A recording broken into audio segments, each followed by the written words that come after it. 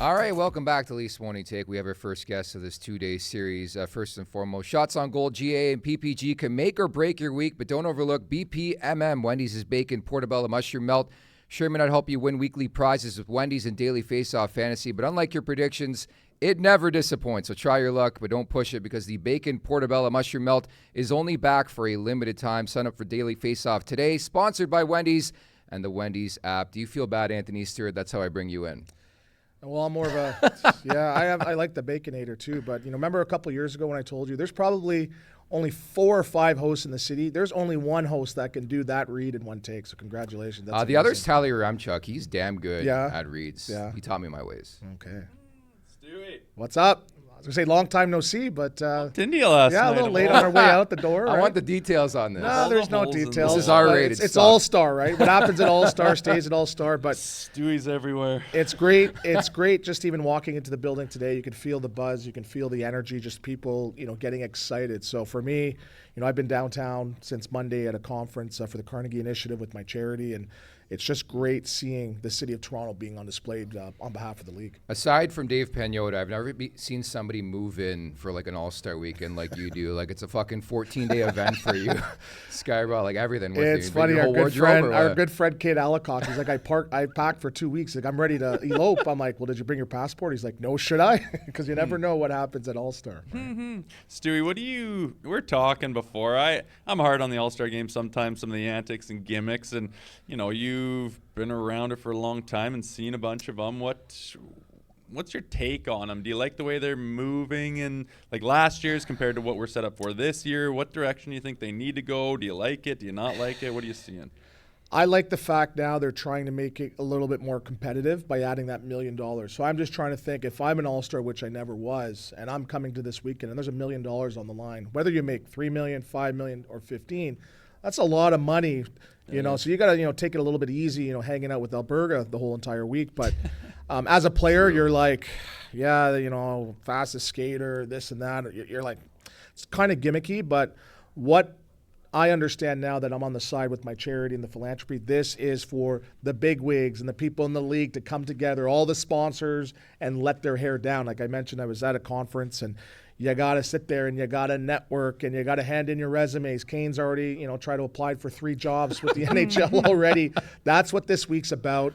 It's a bit of a reset. Everyone just comes in and you get that party atmosphere before going back to your respective cities and getting back to work. The $1 million, do you like that incentive? Do you think that's going to be enough? And then like the B side of that question, so the winner, how much of that $1 million will they spend on King West tonight or Friday night? All of it. You imagine that? And that's funny. It used to be myself, Devontae Smith-Pelly, Wayne Simmons, my brother. So there's like 8 NHLers, and we used to play in this money tournament. It cost $2,000 to get in, and the winners get $4,000. Mm-hmm. So we would take it so seriously the Friday, the Saturday, winning this money. But every Saturday night we would go out, and we'd come in, guys would be missing, and we'd get our ass kicked by some random team from Woodbridge. Yeah. And my brother was sick and tired of losing. He's like, if I find out any one of these guys are playing in this tournament again, you're dead. You're dead. I will kill you in the National Hockey League. So that was for $5,000. So that's the competitive spirit of these guys that are in the National Hockey League. They want to win. They want to be known as, the best of the very, very best. So I really like that idea of that competition. Yes, the best are here, but who is going to be ranked the best of the best in the hockey mecca of Toronto? So it's exciting.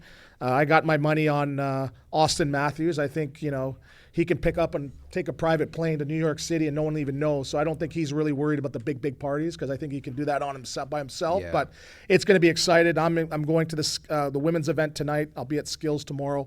I have to coach my minor hockey game Saturday, so we'll see if my stunt double can coach on my behalf. But it's a great weekend. I'm excited. I like it. So Matthews, you think's taking her all down in the Skills? Oh yeah. Is that your money? Oh yeah. Yeah, I got my $5 on him. Yeah. Because you're a big better, right? Yeah, $5. Yeah. Yeah. We love our friends over at Betano for sure, but that's the unique thing about this. So like you were there last year. Obviously you were in Vegas. Like I like the fact that we're like showcasing the talent we have in this market because. Again, we're in the thick of things on a daily basis, Stu. You've been covering this league, Rosie as well for a long period of time. You guys played in the league. There's just something different about Toronto. We talked about it off the top. This is the one year like nobody pulled out of All-Star, right? Like everybody wants to be here. Like even Jack Hughes, I've been fucking laughing the last week. The guy's injured. There was no way he was playing, but there was way he's showing up, and he is here. Yeah, so is Connor Bedard, by the way. It's funny. One of my media member friends, he's working All-Star, and he needed a tracksuit, and he knows that I have some good tracks. Like, can I borrow a because he wanted to look extra spiffy because it's Toronto, and the best of the best are going to be here. So that's what it is. There's just something about this city and the Mecca. Like, I was at an event yesterday, and they were selling these hats, and I'm like, I bought 3 hats, and I'm the cheapest guy in the league here. So, again, I'm going to be spending a lot of money this weekend on and off the ice. But it's very, very exciting. But there's just something about this market where it's the who's who, right? And I was at an event last night, and everyone short of Drake pretty much showed up. It was a big, big deal. You're seeing PK throw parties, so it's going to have that element where I think it's going to be the who's who that are showing up. And I'm taking a nap this afternoon to get ready. So. You better. What about the game? I mean, they've been trying to spice it up. I mentioned that I like what they're doing with this skills competition, like an overall winner.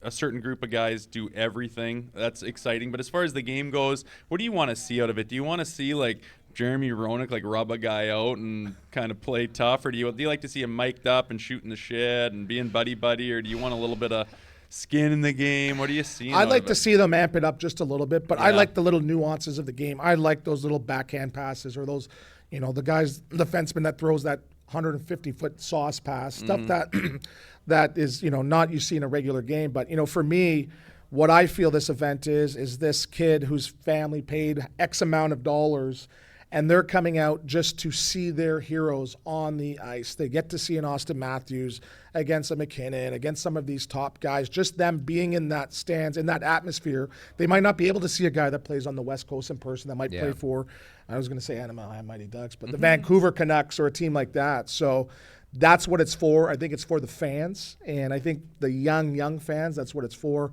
Yeah. So whether it's 10-2 or they're rubbing each other out, the fact that they're there and they get to see their heroes, that's the most important thing. Man, I've heard whispers that tickets are going for obscene amounts. And you look at previous years. Well, man, I have a partnership. I have a partnership with the NHL and NHLPA, so I got a couple. But, I do too, but it's can I scalp them or what? Well, I know a guy that knows a guy that might know a guy. But that's illegal, by the way. Fair enough. Not admitting to it. I'm just saying. Yeah, but what I'll tell you is there's a lot of tickets donated to local charities and local foundations. So, yes, we know the market is a bunch of suits that come to the games and all that, but you're going to see a great mixture. And that's another thing with Toronto.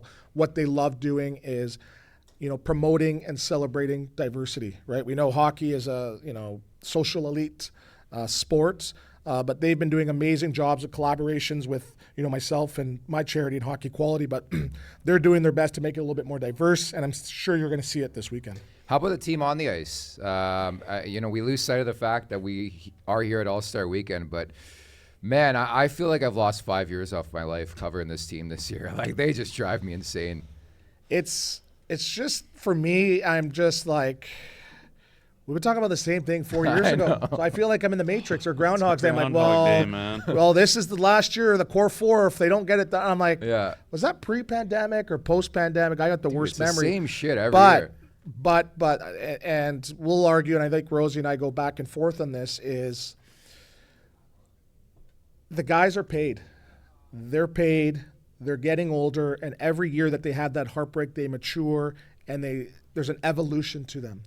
So unless they're totally, and I don't think you can say all 4 players don't give a shit. They do. Yeah. They're going to have to get it right sooner than later. So I know you're not thinking they're a contender this year, but say Wall does come back and he comes in and puts in a Binnington performance. That's the number one factor for the playoffs is goaltending. And I like the fact that Samsonov's rebounded in a small sample size, but they have that 1-2 combo. They can steal a series. Right? Matthews isn't slowing down. He can have a 10-goal series. So he does that. The big guys step in. I want to see what they're going to do on the defense. Are they going to add another guy or two that could come up and eat some minutes? And I've been talking about Justin Falk for 5 years now, a guy that can play defense, can play offense, can get in the mix. And that was a reasonable cap hit, 3-4 years ago. Yeah. So they need to find a guy like that, but where's the assets? Where they don't have the assets. They don't want to trade anybody, though. They don't have the assets. And we were arguing, oh, they need to trade Nyes, get rid of Nyes. And I'm like, dude, it's my job to watch Matthew Nyes. I'm like, this guy is going to step in and he's going to be a Chris Kreider type player, JT Miller type player. So World Series of Poker, what do you need? Chip in a chair. They have the offense. If they get the goaltending and they add another D or two, they strike gold and lightning at the right minute, at the right moment, who knows what happens.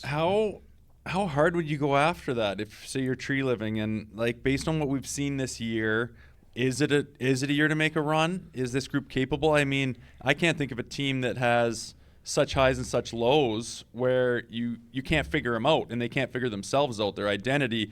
Are we winners? Are we closers? Can we finish games? And it's just right when you think they got it, they go off the planet. And I swear they're the most frustrating team to try to analyze from that perspective because you just can't put your finger on them. And based on what we've seen now, it's All-Star weekend. It's past the midway point. We're creeping up on the trade deadline. Where, if you had the reins of this thing, how hard would you go? What would you give up? Would you take a run at it or just kind of roll the dice? This is the toughest market to be management in. I would not want Tree Living's job, but number one as a GM is to win. You know what number two is? Self-preservation. Yeah. So you only have so many bullets, right? And, everyone's talking about, the coach. I don't think they should have fired Keefe, but I knew Tree Living wasn't going to do that because that's a bullet fired. So the issue is now in any other market, I would say absolutely go out, do what you need to do, get who you need to get. But in this market, every single move is scrutinized. There's still articles. Was Pierre Engvall worth an 8-year? He's not even here anymore. Who cares? Who cares? By me who wrote it. I saw Yuri Talusti right? post. Yuri yesterday. Talusti. Where's he been? Brian McClutz. What's going on with him? But Marty Marincin. if I'm Clark MacArthur, but if I'm Tree Living, if you get it right with this group, you are going to be a legend. And I think that is the factor I think is going to really help put this group over the top. And that's why Matthews and these guys are signing long-term because they know. You see Wendell Clark, you see Darcy Tucker. These guys don't have to pay for a beer. Every time they walk into arena, they're all-stars, they're superstars. What do they win, though? But Doug Gilmour, what did he do? Conference finals? What did he do? What was that, right? But I like my chips with the dip, man. Right? But they bled blue and white. So yes, you need to get these assets, but do you have the assets to get them without doing something like Masai did mid-season? Yeah. And yes, you can do that, but that's a bullet fired, and you only have X amount as management. That's a good point, though. Like self-preservation, you don't think about that. Like, you just think Tree Living's going to do the best for the team, but he's also got to think about, well, if I can this guy and that doesn't work, what's coming down the barrel? It just gets closer and closer to him, and selfishly, self-preservation, you are thinking about that and you want to make it work with the pieces in place because then you're you have that buffer zone from the blame, really. Yeah. And where's the analytics on guys that work out via free agency, right? You're looking at the moves that are already being scrutinized with who he brought in. Are you going to hit on every single guy? If you hit on 50 or 60% of the guys. So, again, you come in and you bring in 8, 9 new guys, you're going to miss on a lot of them. So, I think for him, I think he's going to take his time. If he's going to really remodel this roster, I think it's going to be in the offseason or with some other guys coming off the books a year from now. But they have the star power. They have some top players. They can do some damage if they do what they need to. They need to shore up the defense, though. What are the chances they activate John Klingberg for the playoffs? Who? All right, Where is Stewie. he? Thank Who's you so that? much for your time today. Thank you.